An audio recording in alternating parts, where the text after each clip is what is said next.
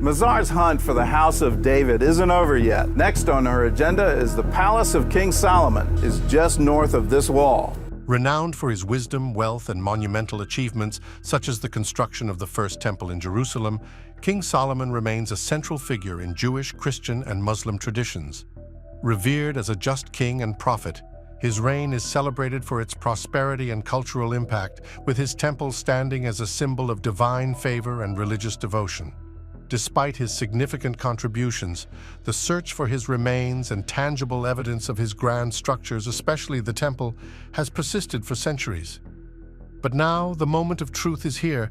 King Solomon's tomb has been opened after 3,000 years, and what they found inside shocked everyone. But first, let's get some context. The history and legend of King Solomon. Solomon was a legendary figure in ancient Israel, celebrated for his wisdom, wealth, and power. As the son and successor of King David, Solomon was the penultimate ruler of a united Israel and Judah from around 970 to 931 BC. Under his leadership, Israel reached a pinnacle of prosperity and cultural achievement. Solomon is also credited with the construction of the first temple in Jerusalem, a monumental project dedicated to Yahweh, the God of Israel. Solomon is also revered in Jewish tradition as one of the 48 prophets, and his wisdom is highlighted in various biblical accounts, where he is depicted as a just and insightful ruler. Naturally, finding his final resting place has been a quest driven by both historical curiosity and religious zeal. But let's take a look at the man at the heart of the legend first. Solomon was born in Jerusalem as the second child of King David and Bathsheba, who had previously been the wife of Uriah the Hittite. Solomon's birth followed a tragic and morally complex chapter in David's life. The first child born to David and Bathsheba, conceived while Bathsheba was still married to Uriah, died just 7 days after birth. This is seen as divine judgment for David's actions. David had attempted to conceal his adulterous affair by orchestrating Uriah's death on the battlefield, which ultimately allowed David to marry Bathsheba openly. However, David did repent before God and was forgiven. Thus, Solomon, whose name means peace, was born. Solomon had 3 full brothers, Nathan, Shammua, and Shobab, born to Bathsheba, as well as 6 older half-brothers from David's other wives. Solomon's birth is seen as a pivotal moment in David's life, symbolizing both forgiveness and the restoration of favor with God. As David aged and his health declined, he could not stay warm, prompting his attendants to seek out a beautiful young woman, Abishag the Shunammite, to care for him. Despite her close service to the king, she was only a caretaker rather than a concubine. But the kingdom had bigger problems. His frailty meant that internal power struggles emerged within the royal court. Adonijah, the eldest surviving son and presumed heir, moved to secure the throne for himself. However, his ambitions were thwarted by Bathsheba and the prophet Nathan. Together, they reminded David of his earlier promise to make Solomon king, ultimately persuading him to publicly declare Solomon as his successor, despite Solomon being younger than his brothers. Upon ascending the throne, 15-year-old Solomon acted decisively to secure his reign. He carried out a series of purges, targeting key figures who might oppose his rule, including Joab, David's former general. Solomon further solidified his power by strategically placing loyal friends in critical positions across the military, religious, and civil sectors. Under Solomon's rule, Israel saw significant military and economic expansion.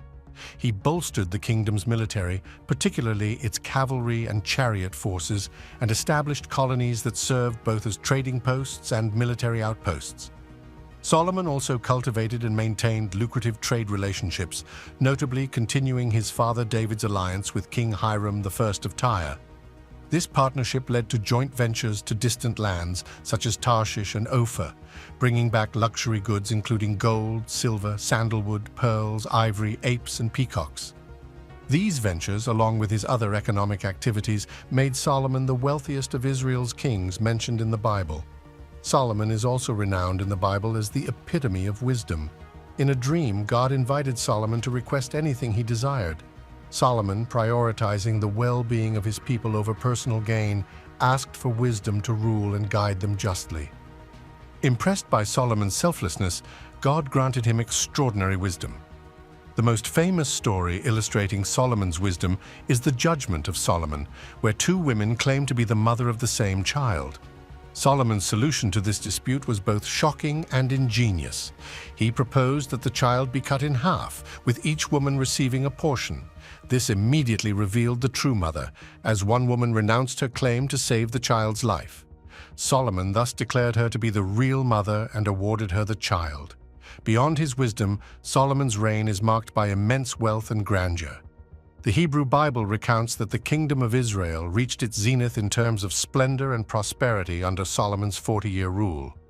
In 1 year alone, Solomon is said to have accumulated 666 talents, or approximately 18,125 kilograms of gold as tribute. Solomon surrounded himself with the luxuries befitting an Eastern monarch, and his administration flourished. His ally, Hiram I, king of Tyre, played a crucial role in supporting Solomon's numerous ambitious projects, including the construction of the first temple in Jerusalem.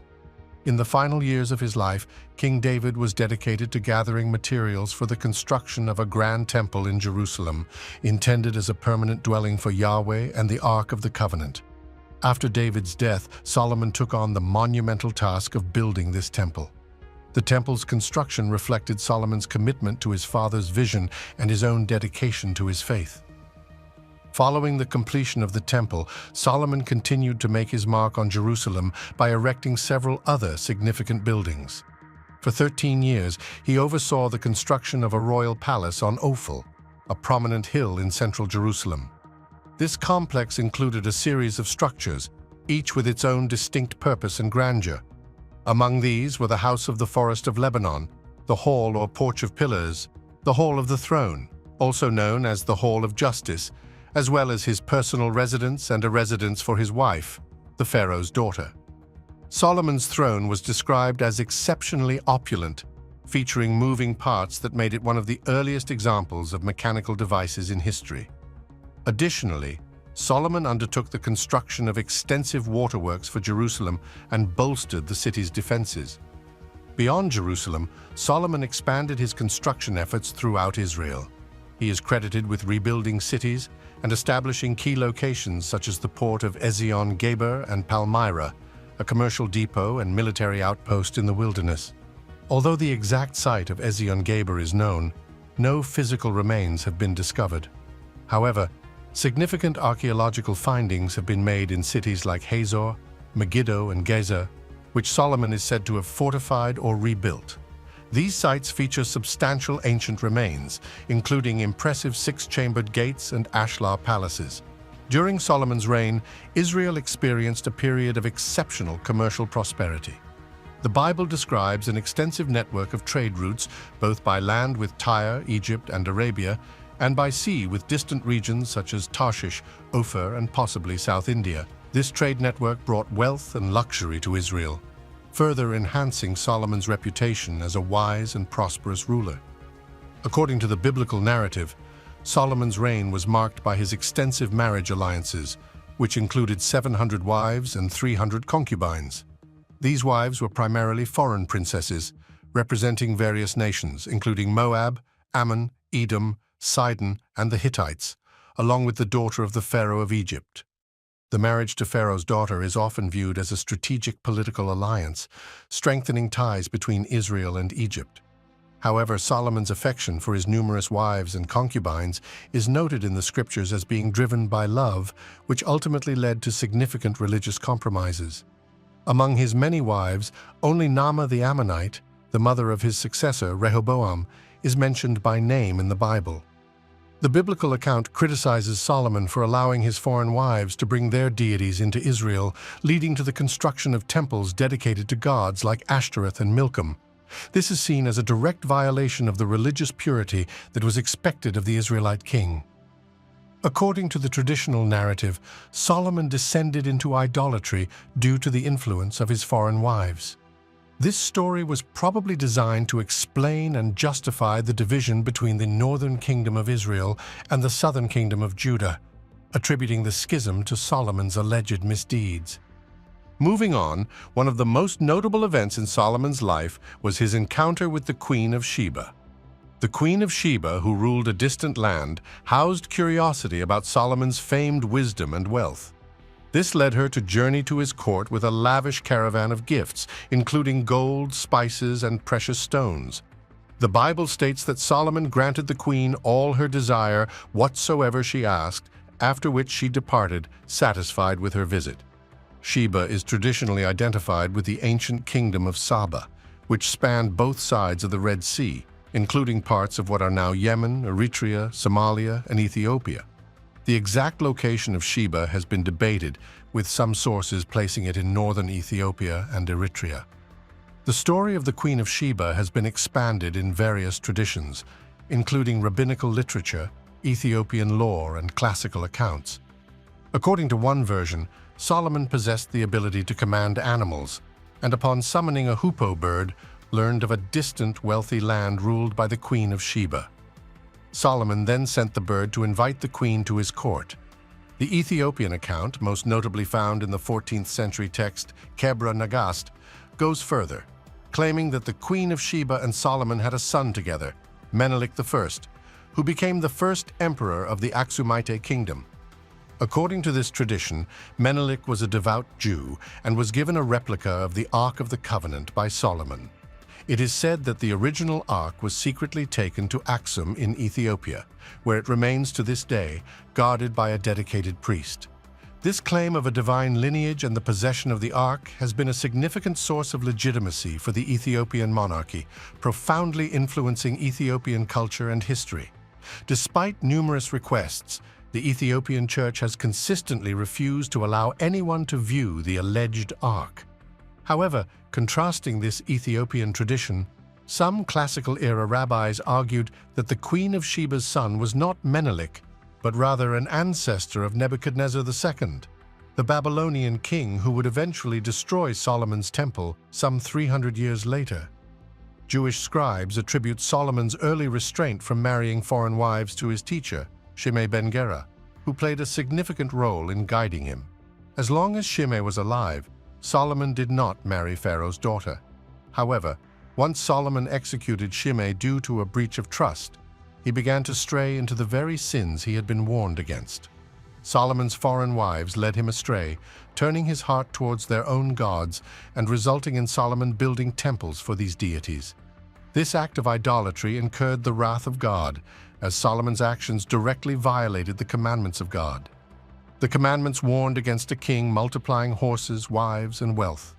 Solomon's collection of 666 talents of gold annually, an exorbitant sum for Israel, and his acquisition of vast numbers of horses and chariots, particularly from Egypt, exemplified his descent into sin and his symbolic return of Israel to Egypt. Solomon's descent into idolatry, marked by his worship of deities like Ashtoreth and Milcom, was seen as a grave offense that ultimately led to divine retribution. God's anger towards Solomon was severe because Solomon had turned away from him despite having been visited by God twice and commanded to remain faithful. As a result, God decreed that the kingdom would be torn from Solomon's lineage after his death, though not entirely out of respect for Solomon's father David. God's judgment would manifest in the division of the kingdom during the reign of Solomon's son, with only one tribe remaining under his rule for the sake of Jerusalem and David's legacy. In the later years of his reign, Solomon faced several adversaries which compounded his troubles. These included Hadad of Edom, Rezon of Zobah, and even his own official Jeroboam from the tribe of Ephraim. These enemies, both external and internal, symbolized the unraveling of Solomon's once great kingdom, a direct consequence of his departure from the path laid out by God. In any case, King Solomon stands as a towering figure in biblical history, renowned primarily for his role as the builder of the first temple in Jerusalem and as the last monarch of the United Kingdom of Israel. His reign, which lasted 40 years, is often regarded as the zenith of Israel's power and prosperity. He passed away at approximately 55 years of age, dying of natural causes after a lengthy and influential rule. Upon Solomon's death, the unity of the kingdom was abruptly shattered. His son, Rehoboam, ascended to the throne, but his rule was met with significant opposition from 10 of the 12 tribes of Israel. This dissent led to the division of the monarchy, with Jeroboam establishing the northern kingdom of Israel and Rehoboam ruling over the southern kingdom of Judah. This division marked the end of the United Kingdom and ushered in an era of separation and conflict that would persist throughout subsequent history. While Solomon's temple was destroyed, his quarries or mines have long remained a subject of fascination for people. Let's take a look at these now. Modern-day significance of Solomon's quarries. Solomon's quarries, also known as the Zedekiah's Cave, are vast and intriguing underground limestone quarries located beneath the Muslim quarter of the Old City of Jerusalem. Spanning approximately 5 acres or 20,000 square meters, this ancient quarry stretches the length of 5 city blocks, representing a significant remnant of the largest quarry ever established in Jerusalem. The entrance to Zedekiah's Cave is positioned just beneath the Old City wall, nestled between the Damascus Gate and the Herod Gate. Upon entering the cave, visitors are greeted by a dramatic descent into a vast auditorium-like chamber. This expansive space boasts high ceilings and remarkable acoustics.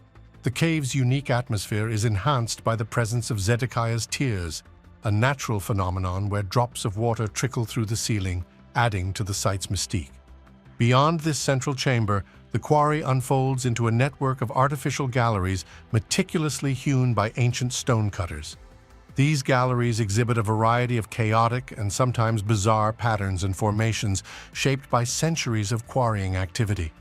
The cave's intricate layout includes numerous paths that provide access to its many corners, requiring at least 30 minutes to explore thoroughly. Visitors can observe chisel marks throughout the quarry, indicating the extensive labor involved in its creation. In some areas, massive, nearly finished building blocks remain embedded in the rock, left by the stonecutters long ago. These remnants offer a glimpse into the quarry's historical significance and its role in ancient construction projects. The cave walls also bear inscriptions and graffiti from various periods, including Arabic, Greek, Armenian, and English markings such as We Blackstone Jana 1889. Several informational plaques have been mounted along the walls to elucidate the myriad legends and historical accounts associated with the site. Zedekiah's Cave extends approximately 650 feet or 200 meters from the entrance to its farthest point. It features a maximum width of around 330 feet or 100 meters and a general depth of about 30 feet or 9.1 meters below the street level of the Muslim quarter, though it includes several lower levels and blocked tunnels, adding to its enigmatic allure. The natural entrance of Zedekiah's Cave is the only part of the cave that remains uncarved. The rest of its interior was meticulously hewn over thousands of years. This extensive quarry was utilized by Herod the Great for construction projects, notably including the renovation of the temple and its retaining walls, which now form what is known as the Wailing Wall. Stone from this quarry may have also been employed in the building projects of Herod Agrippa I. The quarry's subterranean environment allowed for its use regardless of seasonal or weather conditions, enhancing its utility over time. In the 16th century, Suleiman the Magnificent, the Ottoman Sultan responsible for the current walls around the Old City, also mined the quarry. However, he sealed it up around 1540 due to security concerns. It was not until 1854 that the American missionary James Turner Barclay rediscovered the cave, following rumors of a cavern near the Damascus Gate and with the assistance of his dog. Barclay and his sons explored the cave secretly at night. During the mid-1880s, a German religious sect occupied the cave, but they were later evacuated by the German consul in Jerusalem due to illness caused by the cave's damp and unsanitary conditions. Earlier, in 1873, French archaeologist Charles Clermont-Ganneau had uncovered a crude carving of a winged creature in a small niche within the cave, which is now marked by a plaque. In 1907, some minor quarrying was carried out to obtain stone for the Ottoman clock tower over the Jaffa Gate. The cave fell into relative obscurity until the 1920s, when it began to attract tourists. In the late 20th century, the East Jerusalem Development Corporation undertook restorations, and in the mid-1980s, the Jerusalem Foundation constructed paths and installed lighting. According to local law, Zedekiah's cave is reputed to have served as a quarry for the construction of King Solomon's first temple. The quarry's Meleki limestone, known for its strength, suitability for carving, and resistance to erosion, is believed to have been used in royal buildings. The term Meleki is derived from Hebrew and Arabic words meaning kingly or royal. The cave is also linked to the legend of King Zedekiah, a Judean king from the 6th century BC and a descendant of King Solomon. Apparently, Zedekiah used the cave as a refuge during the Babylonian siege of Jerusalem. However, his escape ultimately ended in tragedy. After the Babylonian forces breached the walls of Jerusalem, Zedekiah and his men tried to escape by night through a secret tunnel or cave that led toward the plains of Jericho. However, they were pursued by the Babylonians and captured near Jericho. After being captured, Zedekiah was brought before King Nebuchadnezzar of Babylon in Riblah. There he witnessed the execution of his sons before his eyes, and then his own eyes were put out, leaving him blind. Zedekiah was then bound in chains and taken to Babylon, where he remained in captivity until his death. This marked the end of the Davidic line's reign in Judah. Coming back to the quarries, Masonic ceremonies have been a tradition at Zedekiah's cave since the 1860s. According to the Masonic ritual, King Solomon is regarded as the first Grand Master. In 1868, a ceremony was conducted by a past Grand Master from Kentucky. The cave also hosted the first Masonic lodge in the Holy Land, the Royal Solomon Mother Lodge No. 293, which held its inaugural meeting on May 7, 1873. The cave is highly esteemed by Freemasons in Israel, regarded as one of the most sacred sites in Masonic history. The Supreme Grand Royal Arch, chapter of the State of Israel, notes that the site holds special meaning, particularly for Markmaster Masons and Royal Archmasons. During the British Mandate in the 1920s, the cave was used for Markmaster Mason ceremonies. Although this tradition was interrupted from 1948 to 1968, it resumed with renewed significance in 1969 when the Supreme Grand Royal Arch chapter of the State of Israel conducted a ceremonial consecration. Since then, the marked degree has been performed in the cave approximately once a year. On May 10, 2015, the cave hosted a Masonic initiation ceremony for a visiting delegation from the Grand Lodge of California to the Grand Lodge of Israel. So, what about Solomon's final resting place? Let's explore that now. The search for Solomon's tomb. The search for the burial site of King Solomon has intrigued historians, archaeologists, and theologians for centuries. The most commonly cited location for Solomon's burial is the city of David, an ancient part of Jerusalem that is traditionally associated with the royal family of the Judean monarchy. The Bible suggests that Solomon was buried in the city of David alongside his ancestors, though it does not specify the exact location within this area. This region, which encompasses the southern part of modern Jerusalem, was the center of the ancient kingdom and is known for its historical and religious significance. Another prominent site linked to Solomon is the Temple Mount, where the first temple stood.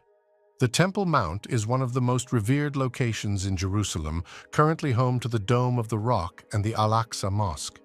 This site holds immense historical and religious importance, and some traditions hold that Solomon's tomb may be located within or near the area of the ancient temple.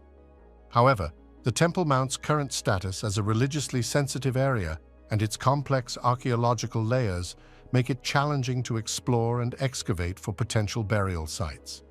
Several other locations have been proposed as possible burial sites for Solomon, including the area around the Mount of Olives and various caves and tombs in and around Jerusalem. Some legends suggest that Solomon's tomb might be hidden within the intricate network of underground tunnels and caves that lie beneath the city, including those in the Kidron Valley. The reputed Tomb of the Kings, located near the Kidron Valley, has been suggested by some as a possible site due to its grandeur and historical significance, though it is more commonly associated with other members of the Judean royal family.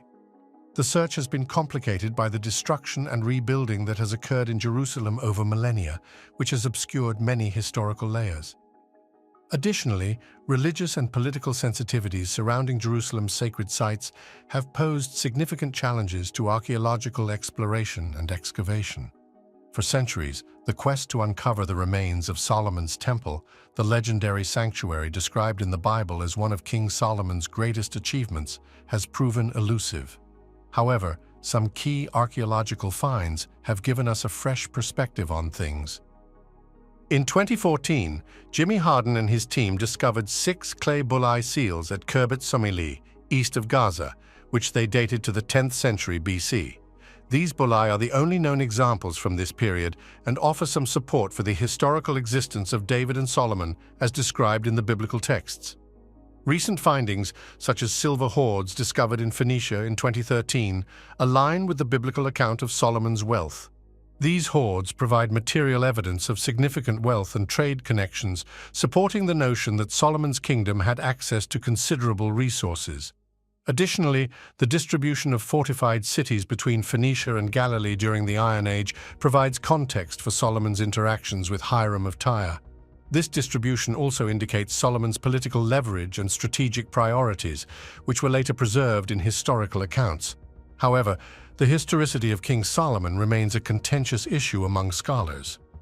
Current consensus suggests that while the biblical portrayal of Solomon's wealth and kingdom is likely anachronistic, a historical Solomon probably did exist. However, the picture of Solomon's reign as a grand empire is considered exaggerated by many scholars. Some archaeologists argue that Solomon could have been a ruler or chieftain of Judah rather than a monarch of a unified kingdom. Others counter this by supporting the notion of a unified monarchy in the 10th century BC, but still acknowledge the exaggerations in the biblical narrative. Historical evidence for Solomon outside of biblical texts is sparse. The first-century scholar Josephus referenced records from Tyre mentioning King Hiram I's assistance to Solomon for temple construction, yet no definitive archaeological evidence from Solomon's reign has been found. Excavations at sites like Hazor, Megiddo, Beit Shan, and Gezer revealed structures some attribute to Solomon, but others argue that these are from the Omride period over a century later.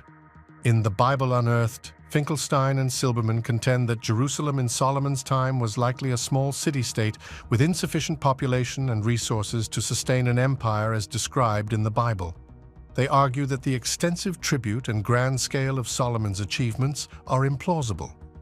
They suggest that the Bible's authors, driven by religious bias, may have minimized the achievements of later rulers, such as the Omrides, in favor of an idealized portrayal of an earlier golden age. Some minimalists, like Thomas L. Thompson, argue that Jerusalem only developed into a significant city-state in the mid-7th century BC. This view extends to skepticism about the grandiose claims regarding Solomon's temple. However, supporters of the biblical description of Solomon argue that while some claims might seem exaggerated, the general portrayal of Solomon's wealth and wisdom is credible. André Lemaire in Ancient Israel, From Abraham to the Roman Destruction of the Temple, maintains that the core elements of Solomon's narrative are reliable. For instance, the discovery of cinnamon in the 10th century BC Phoenician clay flasks suggests that trade with South Asia may have occurred earlier than previously believed. Kenneth Kitchen argues for a more expansive view, suggesting that Solomon's kingdom was a relatively affluent mini-empire rather than a mere city-state. He considers the 666 talents of gold mentioned in the Bible to be a modest sum compared to other historical accumulations, such as the 1,180 tons of gold taken by Alexander the Great. He also contends that the description of Solomon's temple aligns with typical structures of the time and region. Similarly, William Deaver asserts that archaeological finds provide parallels for every feature of the Solomonic temple as described in the Bible, supporting the view that Solomon's grand temple and wealth might have a basis in historical reality.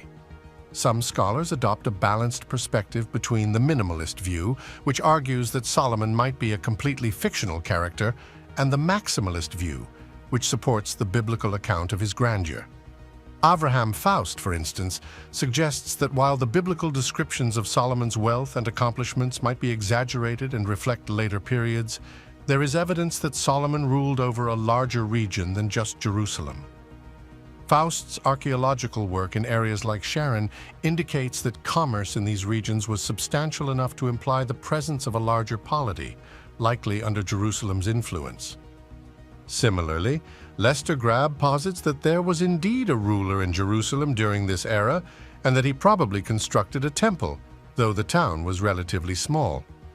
William G. Dever concurs with this view, arguing that while Solomon's reign over Israel and the construction of a temple are plausible, the accounts of his opulence and military conquests are likely exaggerated.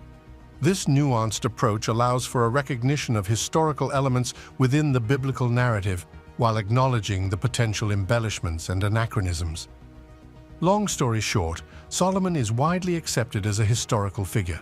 His final resting place is most likely within the ancient city of David near Jerusalem. This location matters because it connects to the rich heritage of the biblical narrative, holding deep religious significance for Jews, Christians, and Muslims alike, and continuing to inspire quests for understanding and discovery. Well, that's it for now. Thanks for watching. Did you like this video? If you did, please consider liking, dropping a comment, and hitting the subscribe button so that you don't miss out on our new uploads. Also, don't miss this video you see on your screen right now. It's truly unbelievable.